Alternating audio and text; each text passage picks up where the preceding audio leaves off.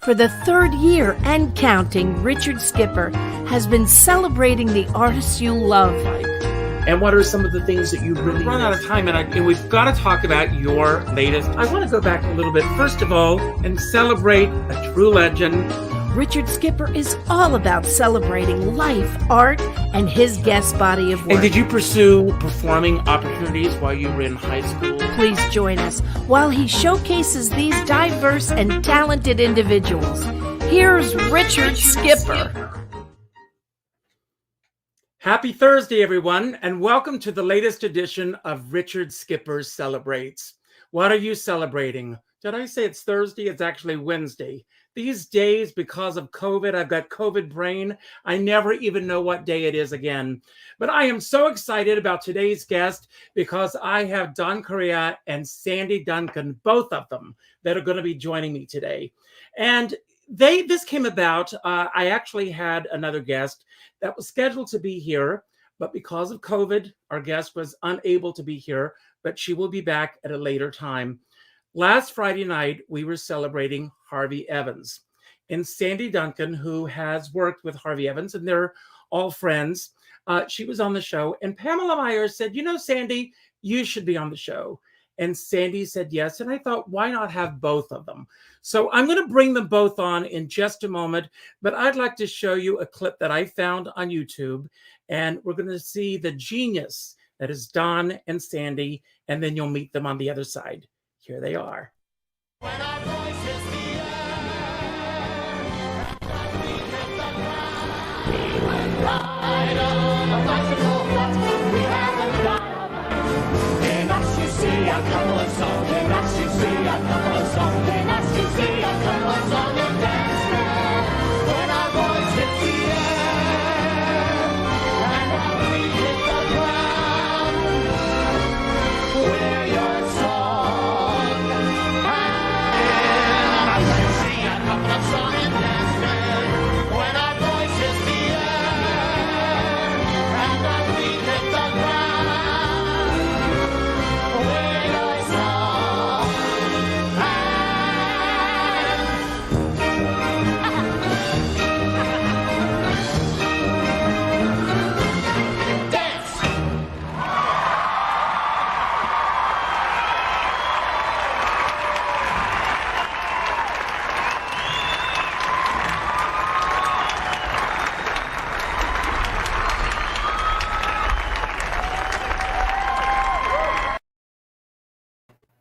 And here you are. Does that take you back?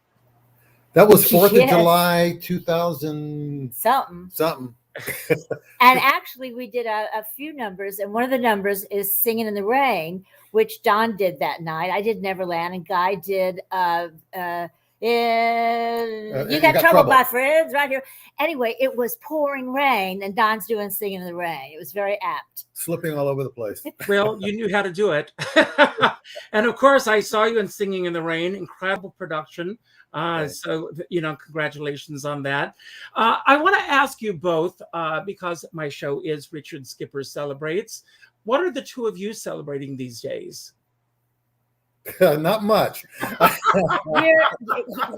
We've taken this for truth that's going on, and we're very careful. We've really been blessed because we have this home in Connecticut that we can escape outside. And during this horrible time, we're not stuck in a small apartment in New York, and which we would be normally. And so we've been very blessed, and we've been very, very careful. Yeah, we don't go out. We just, to answer your question, we read, we watch Jeopardy and America's Game. Yes. Well, I want to ask you both, what is the biggest impact that COVID has had on both of you beyond the obvious that we're all going through?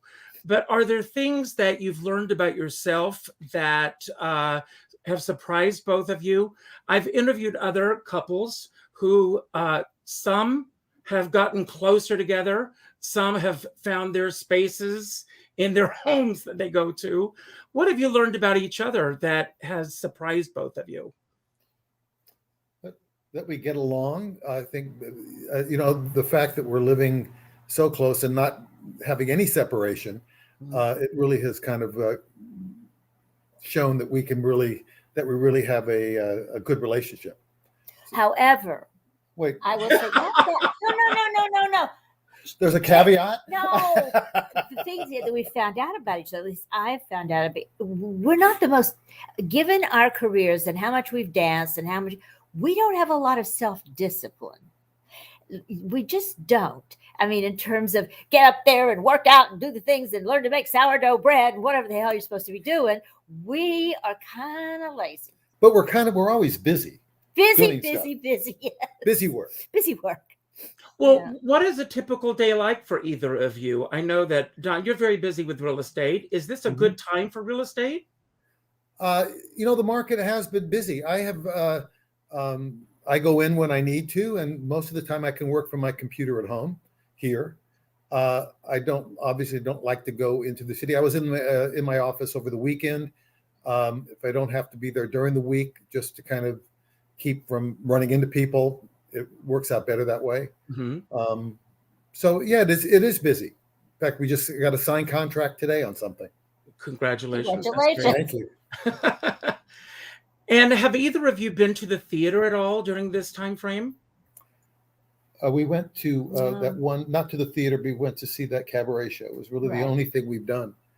And being an Astaire Award voter, I keep getting these invitations to go see shows, but I'm really just going to have to back out of not voting this year, because it's for me, it's not worth going, even though I could double mask and doing all that. We have two one is 4 months, the grandson, and the other is 2.5.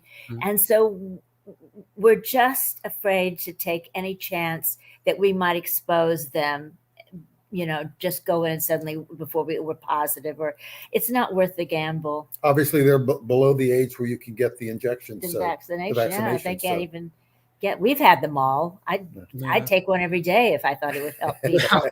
Well, it's difficult. Both of us, all of us, we're in this business where we have so many friends that are in this business, and a lot of them are doing shows. And I feel guilty because I want to be there to support them. But I feel the same way you do. I don't want to take any chances. No. Right.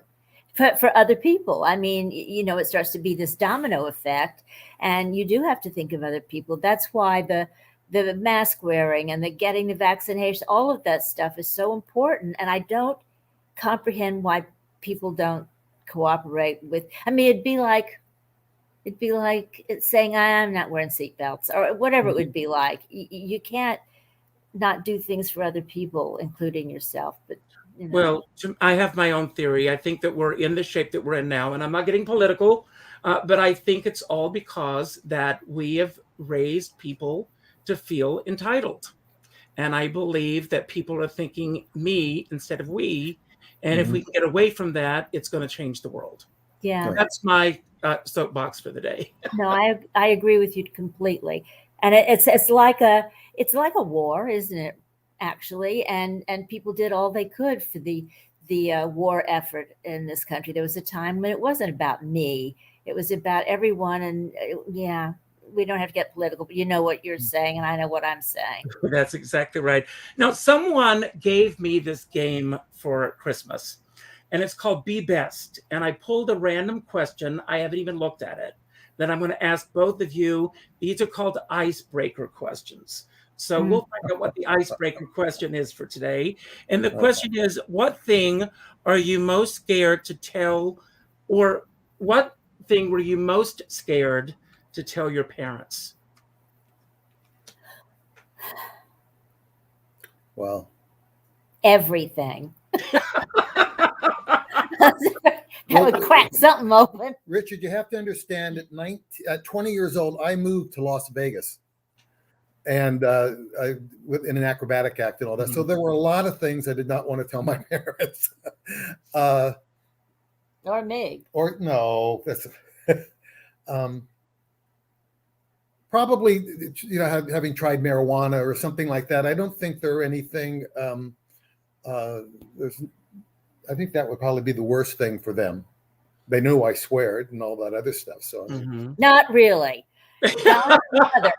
Don's mother at our pre-wedding couple of days, she came in with Don's dad, and my mom and dad were there, and they were sitting in the living room of our apartment, and his mom was saying, Don is such a wonderful, sweet guy. He always has been. He doesn't even swear. And I came in the room going, damn it, I can't find it. And my mother was like, oh, no, my sweet daughter swearing in front of the... I can't think of anything else from my mom and dad. I don't think so. I mean, that's... I didn't do anything to tell them. I really didn't. We were goody-goodies. We're not really that... No. Well, I want to ask both of you, when both of you decided that you wanted to embark on a career in this business, were your parents supportive of that decision for both of you? Sure. Yep. Well, I asked both, and Sandy, you sent me some photographs. Oh, I'm sorry? Yeah, I did. I said I never did anything really that I had to break to them, which is true. Okay. Well, I asked for some photographs of you as children. I'm going to share some of these photographs here. I love these photographs. First of all, I love that photograph. I love this. You haven't changed a bit. And no, he's doesn't have any hair anymore, but it was the same. I'm playing you right now. I know. Yes. Kidding. I love this. Look at that. I love this. You're so cute. Look. My mom would dress me up in things all the time. We'd go to the airport and I'd be dressed as a pilot. Little outfits. And look at this. I mean, how could you not go into show business? Really? There you are. Really, but really. I asked for these photographs for a reason, because, I believe I asked for a 5-year-old self, because to me, the 5-year-old self for me is the purest self. It's before you start school. It's before peer pressure starts getting added on. Teachers start telling you who you should be or who you should not be. And I'd like to know a little bit from each of you on who your 5-year-old self truly was at that time. I was very, to answer for both of us, but I was very intent on pleasing. That was my big thing, and keeping, I was right away issued an understanding that I would do the right thing per my other answer. And I remember the teacher my kindergarten teacher called my mom in. I was maybe 4 or 5, and said, Miss Fisher, she was Miss Fisher. And she said, Miss Duncan, I'm just concerned that Sandy is so conscientious about things. We try and take a nap, and she sleeps on her hand, only she never goes to sleep, so her hair won't get messed up. And I couldn't go to sleep because it'd mess up my hair. So I would lie down with everybody and stay on my hand. So that's who I was at 5. Well, I think I was too, very, very much wanting to please. And I was very shy. And that's why I started dancing when I was 5, because my parents thought it would bring me out of my shyness. And my mom was a dancer. We have photos of her in a line when she was in dance school. You've seen that photo, I think. And but yeah, I was very shy and trying to please and wanted to be friends with everybody, and that kind of thing. Now, did your mom pursue, Don, a career in the business? No. But I think because of that, she thought it would be a good way for me to try to find myself and get away from my shyness. I still am shy. It didn't really help that much, but it's obviously it led to a career and meeting Sandy and everything else. Weren't you kind of that way, Richard, a person pleaser? Oh, absolutely. Yeah. Absolutely. And I think that a lot of people in this business either are, or you're pushed into this to, as Don said, to try to get past that, to go through those barriers. But I mean, Don, obviously in your case, with your mom as a dancer, you've got that exposure. But what about you, Sandy? Anyone in your family as performers? Well, my dad was he was a performer. He was a performer in his life. He just was. But he had 5 sisters, and they did a lot of gospel. This is in Texas, a lot of gospel singing. His 5 sisters and he would. But my dad was extremely gregarious, and he started as a mechanic, and he ran a gas station, and he loved it. He loved being out there in that, gas pump and talking to people in their cars, since it was his place. And then there came a point where he would pass out bubble gum and pictures of me, whether they wanted them or not.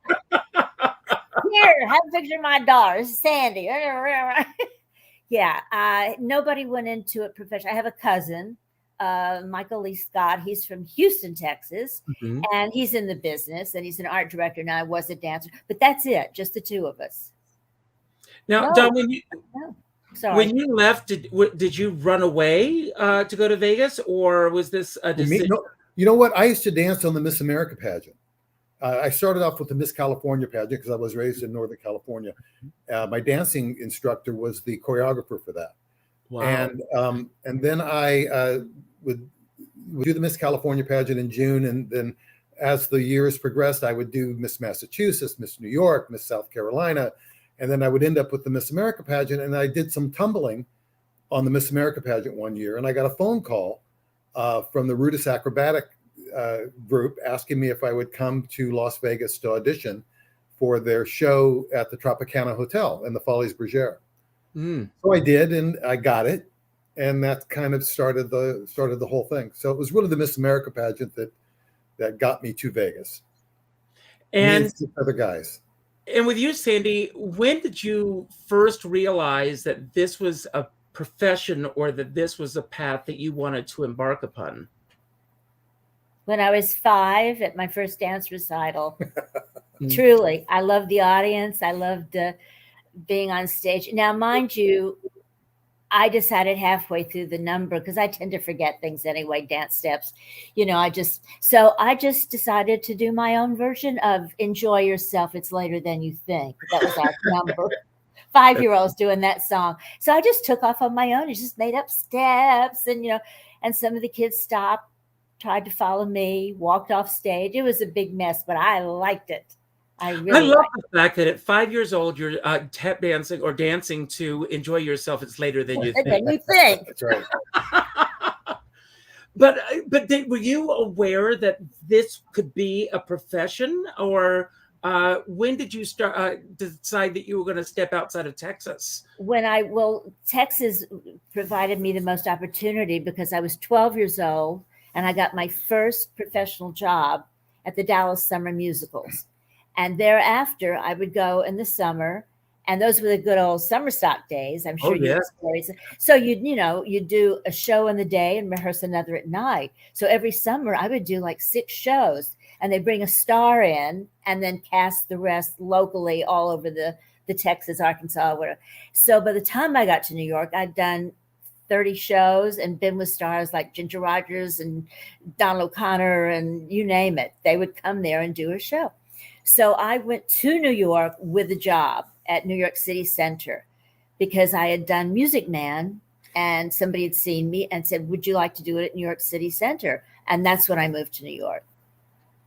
I was 19. That's the way to do it. That's the way to do it. My dad said, here's $350. Good luck, baby. It's always good to come to New York having a job. Yes. Absolutely. Yes. Was that the show that you got your equity card with? No, that was The King and I at 12. I was one of the princesses, and Dania Krupska was the choreographer, and she said, you can do shows, but I'm going to give you a part in the ballet. You can dance with the grown-ups. So I got to do the Small House of Uncle Thomas at 12 years old. And what about you, Don? Did you do summer stock as well? And how did you get your equity There was card? a light opera, San Jose Light Opera, that we would do. Oh, yes. My sister and I did shows. My sister was also taking dancing, and we would do numbers like If You Knew Susie, because her name was Susan, and things like that. But then I really got away from it when I went to Vegas, and I went to LA. It was mostly television shows, dancing, and that kind of stuff. So I really got away from theater until a chorus line happened in '76. So those are the days before what's it called? MTV? MTV? Yeah, MTV. Yeah, when they used to do all those variety shows that dancers, it was great. And everybody had one. You know, if you were anybody, you had your own special. But those jobs just dried up at a certain point. When did you feel, I mean, for both of you, because I grew up on those variety specials. That was the show business that I wanted to be a part of. Yeah. And I remember your big, special at Disneyland. And, my first show. Yes. That's where we met. Yes. And that was what I really wanted to be a part of. When did you feel the shift and the sands shifting in show business? Speaking of, it's later than you think. I felt, I don't think this is maybe what you're asking, but I felt the sands shift in show business, particularly theater. Television, as we said, went out because of MTV and the big rock groups traveling. Huh? Disney made a big change in the direction of things. And also the fact that at a point, the title of a show became the star. It was no longer things created for particular people. They wanted it so that no matter who's in the role when you go, it's okay. Mm-hmm. You're not going to see whoever is in that show. Yeah, they use the term doing a track rather than doing a role, which has always kind of bothered me. Yeah, I agree. And it gives the performer less of a feeling of responsibility to be there. Right. You know, I mean, it has changed. I mean, there was a grittiness to Broadway in the 70s and 80s that I think has gone slick now. And that's a little too slick and a little too commercialized and a little too run by the suits rather than the actors type of thing. It's kind of frustrating to see. And it takes the pride, I think, away from the actors. It takes a pride in their work because they don't feel, if I show up, great. If I don't, it's fine too. I've never missed a show in my life. And I'm old. No, you're not. I have never missed a performance. You just go on and do your show. You have a responsibility. It's interesting. I interviewed Georgia Engel a couple of years ago. Yeah. And she was talking about, she was Minnie Fay with Ethel Merman on Broadway. And she said Ethel Merman would go on with a cold. She would go on no matter how sick she was. Yeah.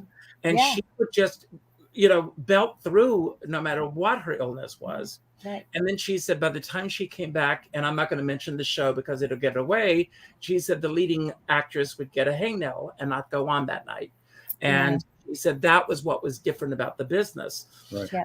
I want to ask both of you, because there's something to me, and maybe you experienced it, maybe you didn't, because you both came to New York with shows. Was there ever a period in your careers where I like to refer to them as the hunger years, where there was the struggle, getting through difficult times and everything? And I'm not asking for any specific name or a situation. That was a difficult time to get through. And what got you through those difficult or dark times? And a silence fell over the group. I felt very blessed because I went from, when we were in LA doing television specials, every week would be a different special. Mm-hmm. And then when I got to New York, it was from a chorus line, I got a show to this and that and that. So it progressed and from show to show. So there was not really ever for me until I decided not to pursue the profession anymore. There really wasn't that much of a downtime where I really felt like, how am I going to pay the bill? For me. Mm-hmm. I had a very, the same as Don, one job would somehow lead to another. I've only had about 15 auditions in my life, and I've worked almost steadily.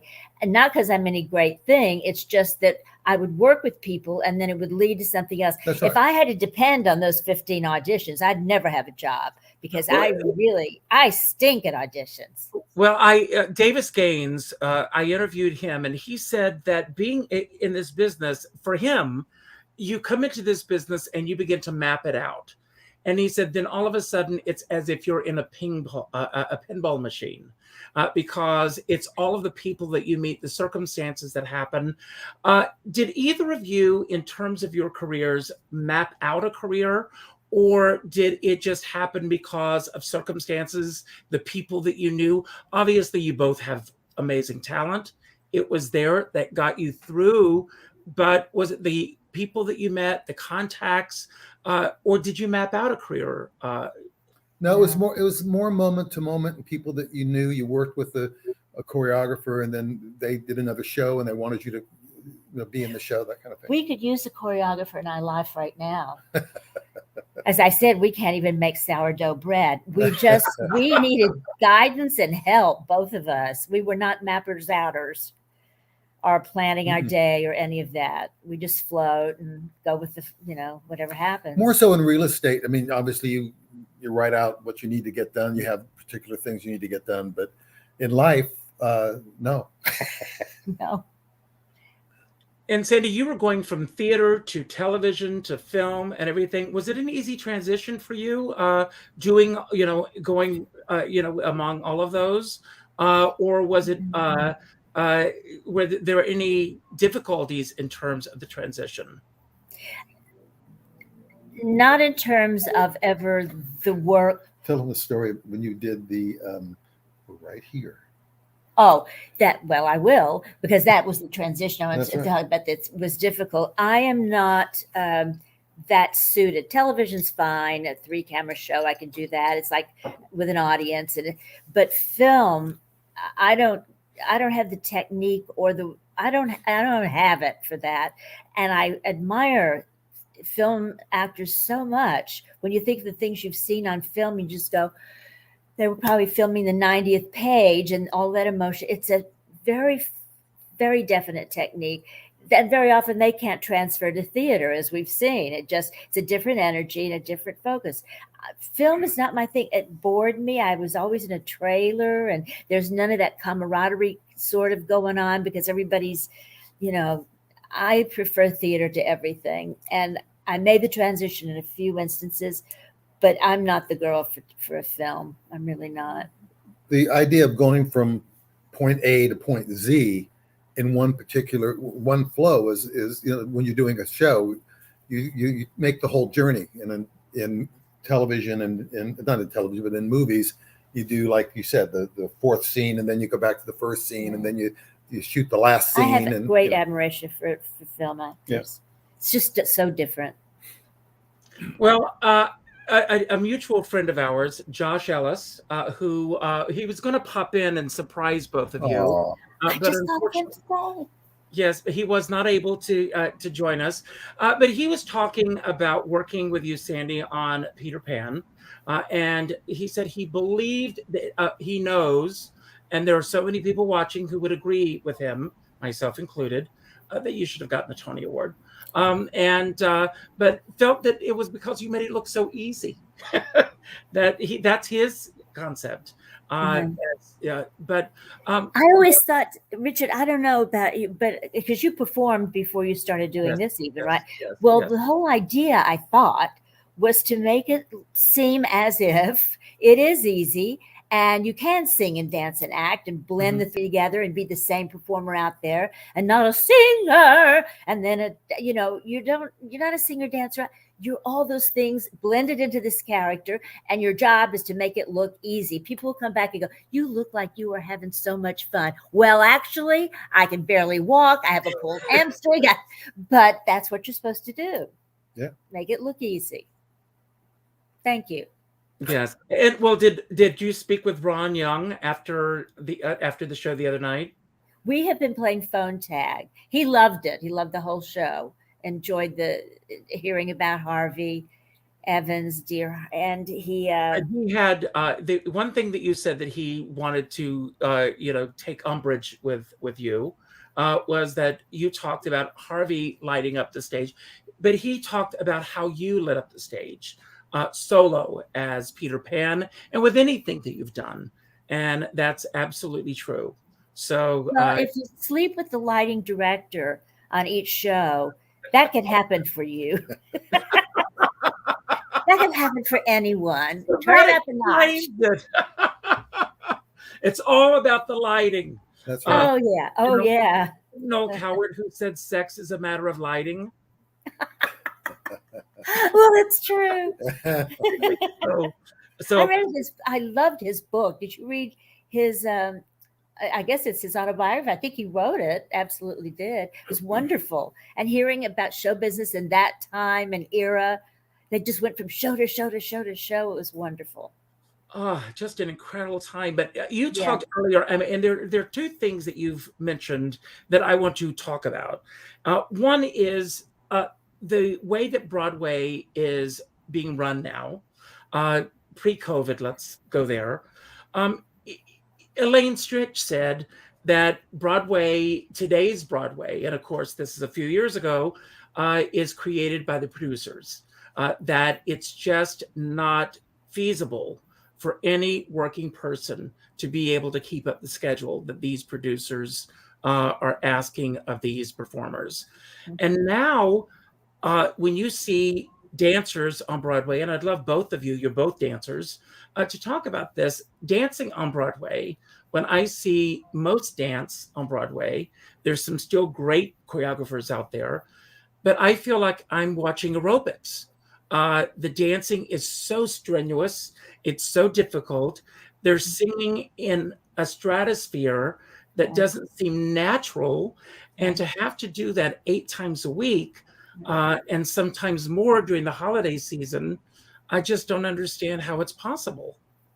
It's all become very athletic, hasn't it? I'm amazed at the voices and what they do physically, but there's no, it doesn't touch you or reach you. You're just admiring the athleticism of what they're doing. And that includes, you're right, the voices too. When you talk about the choreographers back then, the Fosse's and the Ron Field, and they really brought the dance to be part of the show rather than just all of a sudden people doing flips and which mean nothing to progress the show along. Right.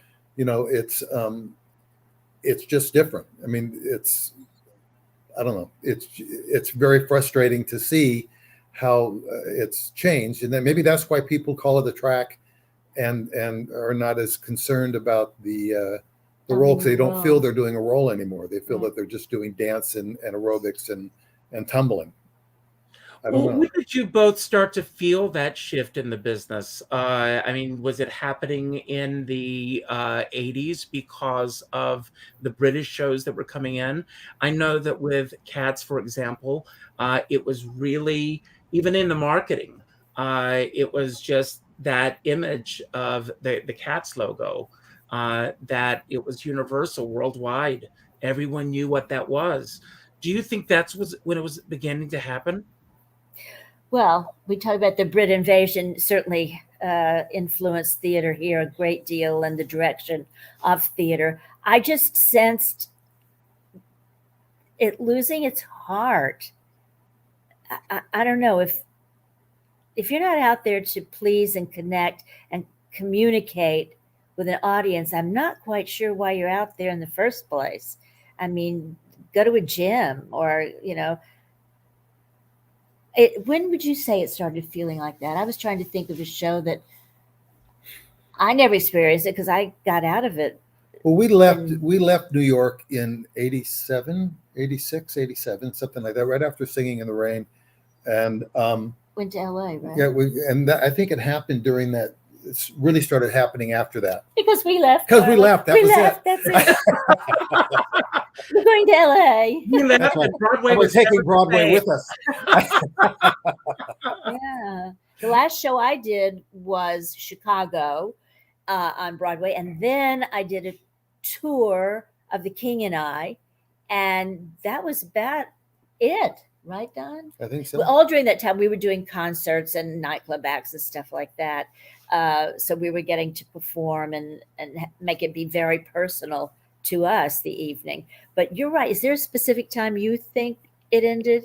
No, I'm thinking that it was in the 80s. And it's interesting that you mentioned MTV earlier, because I believe that MTV truly, with all due respect, destroyed the entertainment industry, because I grew up at a time when there were 3 networks, and I grew up knowing who the artists were from my parents' generation Yeah. and my grandparents' generation.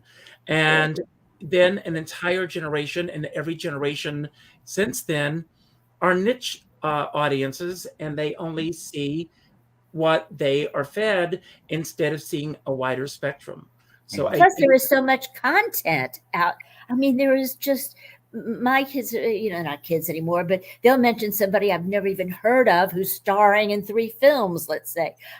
There's so much content and so much diversion that you can't focus or find. How do you find an audience? I don't know.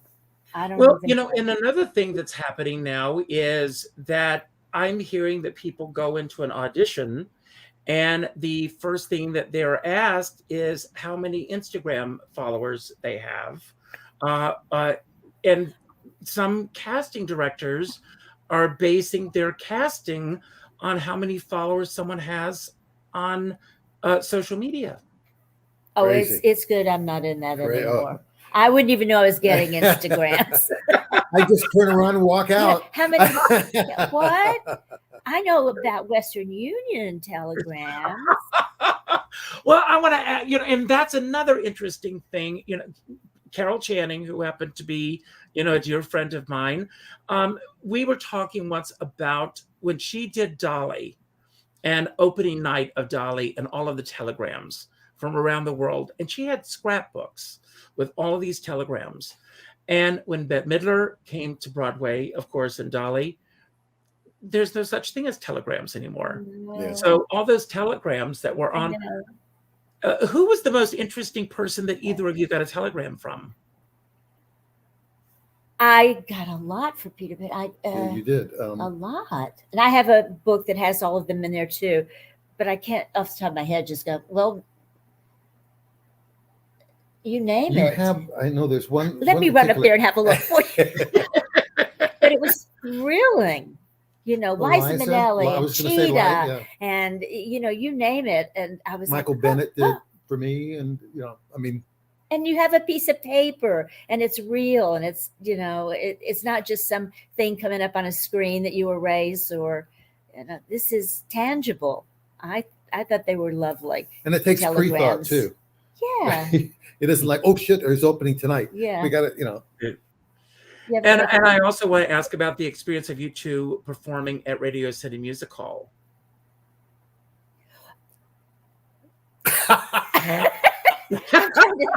Another silence. It was a lot of shows. I was pregnant and had a baby in the dressing room. So Jeffrey was just not even a year old. Not quite a year old. He was like 9 months. And he would be with us all the time in the dressing room. And we'd do a nursery for him. And then I was pregnant with Mike. So it's kind of a blur, the whole thing to me. But the nicest compliment we had, I guess, was when somebody came and said, we made it feel like our living room. So that huge place, we were able to like iris it in and communicate with the audience. But it was a wild summer. It was a wild summer. Ron Field choreographed it, as you probably know. Yeah, and we did right in the middle of it, there was a show. We did the Vernon and Irene Castle number. For the Palace, anniversary, 100th year. 100th year of the Palace. And we put that together, I think, in a couple of days, and went out and did it. So it was very, very busy, which was good. We were young and we could do that then. You weren't the pregnant one. I wasn't the pregnant one. Okay. Pointing that out. That's true. That's true. That's true. And did you two enjoy being on the road together? I mean, what was that experience like, being on stage, traveling together, and you've got your kids with you as well? So what was that whole experience like? It was great. Guy Stroman was the third person in our evening, and we got along great. He was sort of our referee. Right. And we had Jack Lee, who was the conductor. Brilliant conductor. With Stephen Freeman. So we had our little group, and we would travel around, and we get along well. We've been together 43 years, 44 years. And it takes we get along really well. We have to. And if if Huh? you could go back, with any show that you've done and revisit that show and do it all over again, what would be the show for each of you that you would want to do again? For me, I'd like to do my one and only. But I replaced Tommy when he left the show, and I just loved the show. It was just Tommy had done such a wonderful job with it, and I worked with Georgia Engel. Yes, yeah. He was there. And it was a terrific show. Beautiful show. The choreography, the journey, it was just fun. Yeah. I mean, I do Peter Pan. Yeah. How could you not? Yeah. That would be my choice. And then Chicago. I mean, how did Peter Pan come about? Did they? And was this a surprise to you, or it's something that you jumped at? And what was the training that you had to do for Peter Pan? It came about, we were doing a nightclub act, and my manager at the time, Jack Molson, were sitting at lunch. Zev Buffman had flown down, he's a producer in the past, to see the nightclub act and to ask me if there was anything I'd done an off-Broadway show called Your Own Thing for him years before, a rock musical. And so he said, is there anything you'd like to do on Broadway? And I said, not really, I'm happy doing this. And Jack Molson said, she'd like to do Peter Pan. I'm like, I don't think I've thought of that. And so you had never verbalized that? No. That's interesting. And so Zev said, let me see if I can get the rights. And he flew back and he said, Michael Bennett has the rights, but he's going to give them up for you. I said, wow, I guess I'm going to do this. And then we did it. And it was wonderful to be part of it. And the training was not extensive. I mean, the flying part of it came pretty naturally since I danced, and I had a lot of strength and energy. So I was pretty on it from the first day. Yeah. I had a wonderful director, Rob Iscove, who said, kids don't know they're special. They don't know something. So there's nothing magical going on. That was a very key thing for that character. In other words, I don't know. It's like fly. Who the hell can't fly? You just think lovely, wonderful thoughts and up you go. What's the big deal? Because kids are that way. They don't go, you just think lovely, wonderful. No, I don't think so. They just say it, Oh, but I will tell you, I was not a kid when I saw it, and when you flew out, I cried. It was just an amazing moment to be in the theater, and you could feel, goosebumps. With all the kids and the excitement of the kids. But I want to ask both of you this question because with you, Sandy, and the Mary Martin's history with that, and you, Don, with Gene Kelly and Singing in the Rain, to step into a role that is so iconically aligned with someone else. Obviously, you both definitely put your own stamps on it and made it your own, and brilliantly with both of you. What is your method or mode of going into a role like this that is so closely associated with someone else? It's hard. It is hard. It's hard. It's difficult. You put your finger on it because you're following a legend that was of a time. So in fact, you want to go, yes, I know, but that was back then, and I wouldn't address it that way. But you can't do that. Your job is to be gracious and admire that work, but it is of a generation and a time. And what worked then would not have worked when we did it. You give it the respect that it's due. Absolutely. And then you go on and do what you need to do. Like Mary, when she came to see the show, she looked at me after and she came back and hugged me. It was a really lovely moment. And she said, you're my Peter Pan. Oh, what a sweet thing to say. Oh, my God. Well, it's funny. Carol Channing said that she never saw any of the other women play Dolly. And yet, when she died, they found in her, she had scrapbooks with all of the reviews of all of the women who have played. She kept on everybody. Wow. That's an accomplishment. Yes, she kept tabs on everybody. Everybody, yep. Just just aware of what everyone was doing. I want to play a little game with both of you. I always end my shows with this homage to James Lipton inside the Actors Studio. So I've got some questions that I'm going to ask both of you. And I'll start with you, Sandy. I have a few for you too, Richard. What was that? I have a few questions for you too. Then you go first. Okay. Whatever possessed you? Where'd you grow up? South Carolina. South Carolina. So was there a theater group there that you got into when you were young, or how'd you find the Theater of the Republic? Yes. And so you started out doing dramatic things or straight acting roles? And the first show that I did was Mame. I was in the chorus. Yes. When I was there. Who was it? And did you dance? Did you dance also? I have 2 left feet. So I love dancers. I do a lot of work for dancers over 40. But that's how I met Harvey. And I just have such admiration for dancers. And I have admiration, like when I was doing ensemble work, when I first started, when you do that, I'm sure you did a lot of it because you were a singer. They'll break things down and you have harmony this and harmony that. Well, I couldn't do it. I don't even hear harmony. It's just singing off key to me. So we would do the thing. And finally, Jack Lee, who was the musical director down in Dallas, said, Sandy, just move your mouth. It's like you with 2 left feet. I don't know what I had in my throat going on. He said, just move your mouth. Or she'll start with the harmony and end with the melody. Yes. We only get to sing melody if you're starring in this show. That's so go true. ahead. That's go true. ahead, though. So you did that, and then you were how old when you went to New York? I came to New York when I was 18 years old. I was reading a book. This is a true story. I do a whole show about this, but I was reading a book called The Magic of Believing by Claude Bristol. And in the book, it said, set your mind on a goal like a homing pigeon and go after it with dogged determination. I highlighted that with one of those highlighting pens. And I went in and told my parents that 5 years from the day that I was reading this, I was going to New York. And I did. And you just went there with some money, a little bit of money, and $500. Had more than me. I didn't know anyone. I had never been to New York. I had never flown before.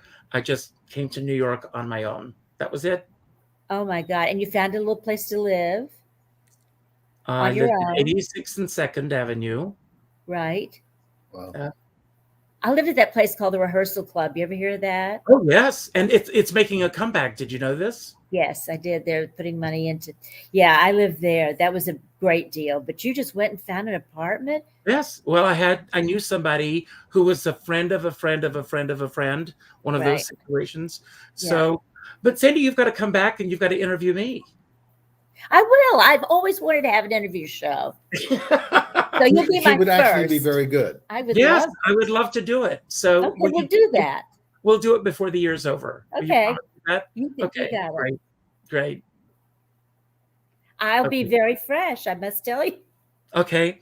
Get ready for some hard questions. This morning, I watched an old interview with you, and they were asking about you, about your goody two-shoes image, and you said you were the complete opposite of all that. Well, I am. Yes, she is. Yes, she is. And you'll see some of that when I interview you, mister. Oh, I can't wait. So I'm going to start with you, Sandy. And the first question is, what is the most interesting costume that you've ever had to wear? I was 17, and it was something called Nancy Dussault was the star of the show down in Dallas. And the costume, we had to do this. It was a song about artists. And I remember I had a lyric, Monsieur Surratt is polka dot. And I had this thing on. It was a satin bodice with elastic top, and I did this back bend, and the whole costume went because of the elastic. And there I am, 17, and I'm horrified because everybody in the wings saw everything I had at that point. So that was definitely the most interesting costume I've ever had. Thank God it was And back then. It would have been on YouTube and Yes. Yeah. Yes. And you? I was in a dance company in San Francisco when I was 17 years old. And the dance company was working for this tour group, and we would do dances from different countries. And one of the outfits I wore was no shirt and this skirt with like bamboo things, and we were doing the Samoan war dance. Oh, do a little. Actually, I taught it to my son, and now my grandson knows He knows some of it. He's like, Kamate kora kora tenete tonka tapu. It's this. finish it. No, I'm not going to finish the whole thing, but it is so cute to see him do it. This little 2-year-old. Kamate, kamate, kora, Hey, kora. Upone. Hey, Hey, Kupone. Ah. Oh, this is so sad. Is that on YouTube? No, it's not on YouTube. No, Well, no it is good. now. That's too Oh, you bad. mean Louis? I don't know if Louis is on YouTube. That's so cute. Yeah, it's so cute. Anyway, so that's Okay. probably, I mean, I've had my issues where pants popping open and stuff like that, but I think that's the weirdest costume I've ever had to wear. Okay. And Don, I'll start with you this time. In your career, what are you most grateful for? Well, the obvious thing, and it is true, is meeting Sandy. I was And hoping that was going to be your answer. well, it's what's true. I mean, we talk about it a lot, that if we didn't, so many choices you make and joints here and there, you make a choice to do this. And during her nightclub act, this was the first nightclub act. I got a phone call when we first started rehearsals from Liza Minnelli wanting me to do her act. And I decided to stay with Sandy's act, and that's kind of where our relationship sort of blossomed. So That's what I knew. no, but those are choices you make in your life that lead you to where you finally end up, and so I am blessed for making the right choices at the right time. That's great. And Sandy? Well, it was meeting. I think. You'd better say me. No, kidding. Well, that's a given. Yeah. The fact that we've been in this business and still together 43, 44 years. God bless you both. It's a lot. That's a long time to be with anybody in any business, but we've been very, very lucky with each other and the kids and the family. We're happy. That's great. I love that. Okay, Sandy, who was the most interesting person that you've met in this business? Gurney K. I did a show with him on television, Pinocchio. and another boy. Got to look at that. He was dynamic. He was smart. He was help me with the you worked with him. He had charisma on a personal level. That not the nicest guy in the world all the time. I mean, some little kid would come over and ask him for an autograph, and he'd say, "Fuck off." I mean, if he was busy, Right. Don't bother me now. But he flew airplanes, and he was a chef, and he would entertain people at his home. We became very close friends, and he was worth it. He was just I was going through a possible divorce at the time, right before Don and I met, and he said, "You have got to get out of this marriage because you are closing doors around yourself, all around yourself, and locking down and not experiencing the world." And he was a very good example for me about how to live life, on your own terms, not trying to make something work that Wow. doesn't. Wow. And what about you, Don? I've met a lot of like people through my life, and I think the one would have to be, I think, Michael Bennett, because I think he made he directed me, and it led me to my theater career. he had a way of directing and a way of communicating that I haven't experienced since.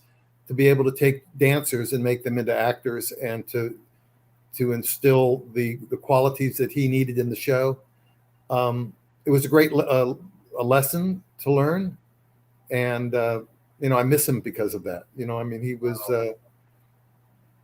That's beautiful. That's great.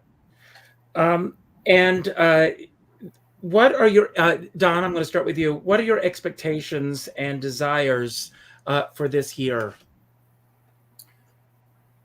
Being able to go out and be with friends again, to be able to get rid of this COVID fear, to be, to want to go back to New York and experience theater again, and just get life back. I think Great. that's really and health, general health. That's for all of us. Yeah, amen. That's true. And Sandy, what do you desire for the new year? All those things, plus never having to wear anything but sweatsuits ever again. I really enjoy that. And because of dancing, my feet always hurt. So to walk around in socks and house slippers has been divine for 2 years. Or going from pajamas to pajamas. I know. That's fun. I know. It's always fun. And being able to put on makeup on your whole face. I just ignore the bottom half of my face. Just do your eyes. Just do your eyes. Don't have to shave. Don't have to do anything. Yes. Don, what's the best hiding place that you know of? The best hiding place in this house? Anywhere. My car. Even when I was a kid, I would go and do my homework in the car because it was so quiet. You shut the doors and it's almost like it's so peaceful and quiet, and the air is still. So I think that. Okay. I think that's why I like to drive so much too, because it's peaceful. And I think that's. How about you? I don't have one. I'm just, even when I'm all by myself. There's that. I'll find myself at 4 a.m. I get up early sometimes, and I just am on the case all the time. And never. She's a bit of an empath.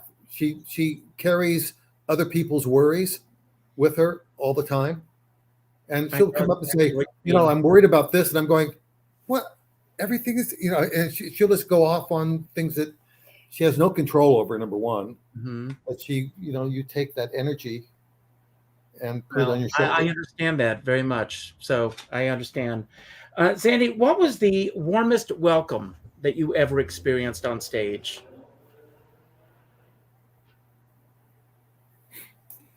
Welcome. I don't know.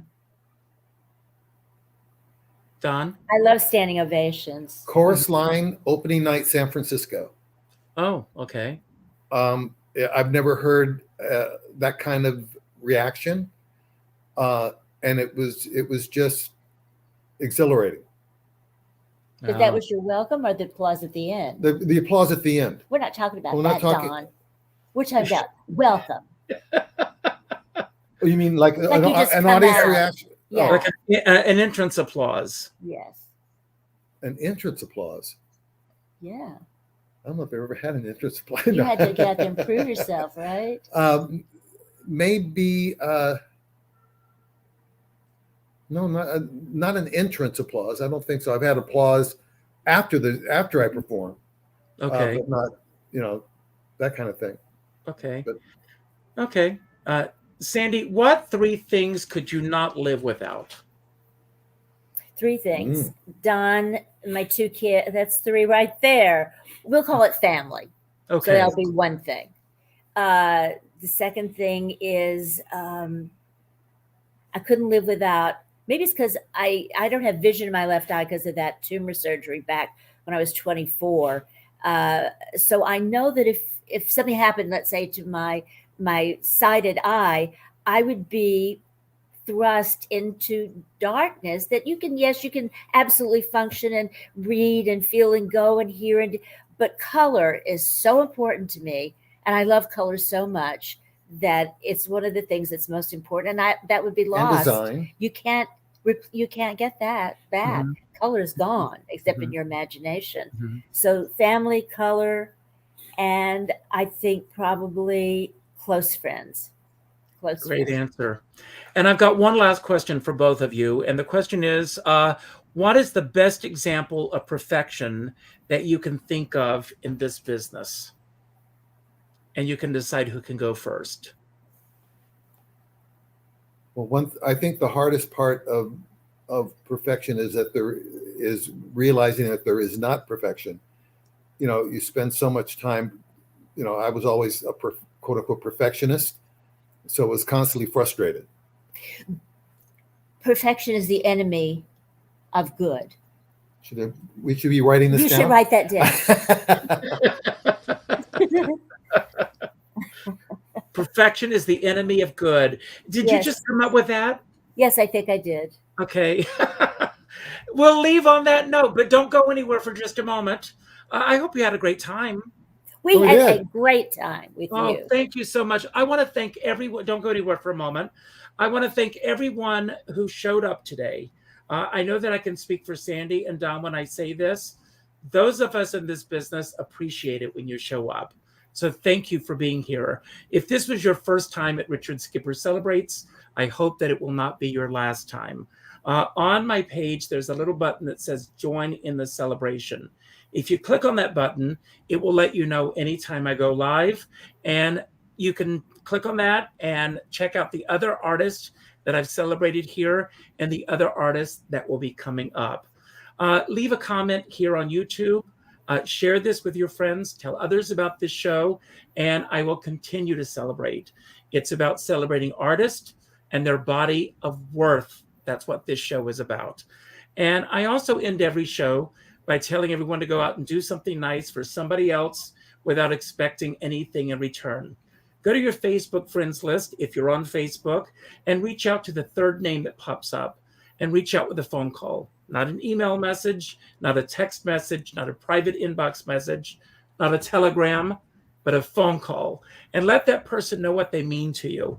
We've had a lot of loss lately, and you never know when you're never going to be able to pick up the phone and call that person and let them know what they mean in your lives. So please pick up the phone, call that person, and say what they mean in your lives. As our dear friend David Friedman always says, we're all in this together, but we're not in the same boat.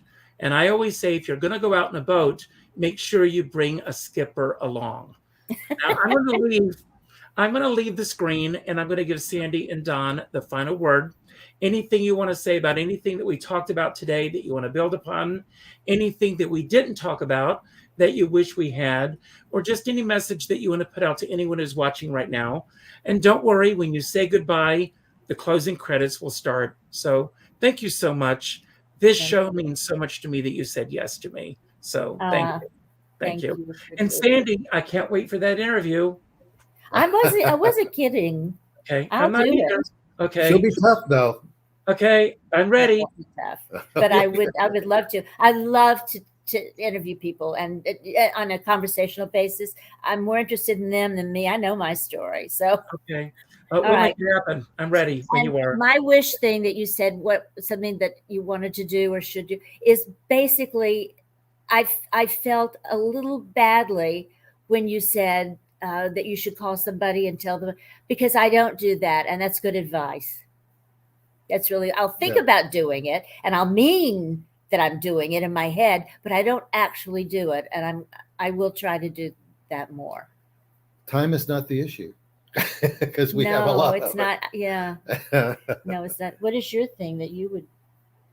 I'm going to click on the link because I think it would be kind of fun to know when you're on, and listen in occasionally. Yeah, you can watch too. Yeah, that's what I meant. Oh, you can, yeah, but you don't have to close your eyes. You can. I said no, I'm going to click on the link. Listen. You said listen. And listen. Well, you can watch. What? Anyway. That's it. Bye-bye.